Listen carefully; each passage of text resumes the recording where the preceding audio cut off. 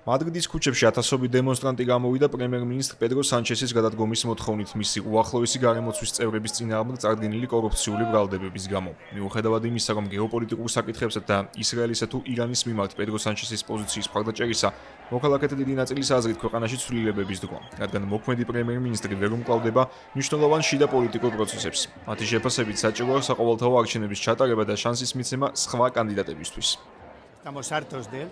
ყველამ უნდა იცოდეს, რომ ეს კაცი ყელში ამოგვივიდა. გვინდა კავშირი შევინარჩუნოთ იბერო-ამერიკულ ქვეყნებთან და უთხრათ შეერთებულ შტატებსაც და მთელ მსოფლიოსაც, რომ ესპანეთი არ არის ასეთი და რომ პედრო სანჩესი დაუყოვნებლივ უნდა გადადგეს და დანიშნოს საყოველთაო არჩევნები. ყველა ესპანელ საწუხებს ის, რაც ჩვენს თავს ხდება. საუბარი არ არის მხოლოდ კორუფციულ საქმეებზე, უფრო და უფრო მეტი გადასახადის დაწესება, რაც არ გვაძლევს ცხოვრების საშუალებას. ამ ყველაფრის შესაძლებლად უნდა ვიმოქმედოთ. ხელმძღვანელებად გვჭირდებიან გულწრფელი, პრინციპული ადამიანები, რომლებიც ჩვენ გვემსახურებიან, რადგან სწორედ ამისთვის ვუხდით მათ ფულს.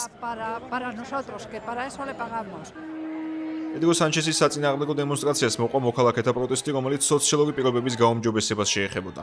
24 მაისს მადრიდის ქუჩებში გამოსული ადგილობრივი მოსახლეობის შეფასებით ქვეყანაში უკიდურესად არის გაზრდილი საცხოვრებელი ხარჯები, მათ შორის ქიმიის გადასახადი, რაც განსაკუთრებულ ტვირთად აწვება ახალგაზრდობას. მოქალაქეთა ძირითად მოთხოვნად იქცა მინიმალური შრომითი ნაზღაურებისა და მინიმალური პენსიის 1500 ევრომდე გაზრდა, ასევე შესაბამისი რეფორმების გატარება ესპანეთის სოციალური უზრუნველყოფის პოლიტიკის მიმართულებით. ამ ხელისუფლებისა და სრულიად პოლიტიკური ელიტისგან მოვითხოვთ საცხოვრებელი გახდეს ხელშეუხებელი უფლება, ანუ სხვა სიტყვებით რომ თქვა მუდმივი უფლება. ახლა ბებიასთან მცხოვრობ, რადგან ჯერნაირი ახალგაზრდებისთვის ვითარება რთულია. მაღალი გადასახადებისა და დაბალი ხელფასების გამო ბინის ქირის გადახდა ჭირს. მოთხოვნების შეუსრულებლობის შემთხვევაში პროკავშირების გაერთიანება აცხადებს, რომ მასშტაბურ საპროტესტო ტალღას წამოიწყებს, რომელიც სრულიად ესპანეთს მოიცავს. საზოგადოებრივი უკმაყოფილება, როგორც პოლიტიკური, ისე სოციალური მიმართულებები დროს შეემთხვევა ესპანეთის ყოფილი პრემიერ-მინისტრის ხოსე ზაპატეროს წინააღმდეგ დაწყებულ გამოძიებას, რომელსაც ედავებიან ძალაუფლების ბოროტად გამოყენებასა და განსაკუთრებით დიდი ოდენობით თანხის გათეთრებას.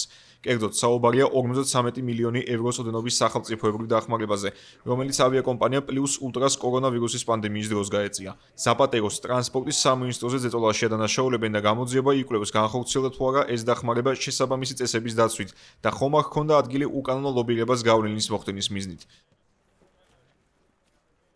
გასულ კვირაში ესპანეთის ანტიკორუფციულმა დეპარტამენტმა მის საცხოვრებელ სახლში ჩხრეკა ჩაატარა, ხოლო სასამართლოს წინაშე ექს-პრემიერ-მინისტრი ვალდებულია 2 ივნის წარს დღეს. თავად ზაპატერომ მის მიმართ წარდგენილი ყველა ბრალდება უარყო.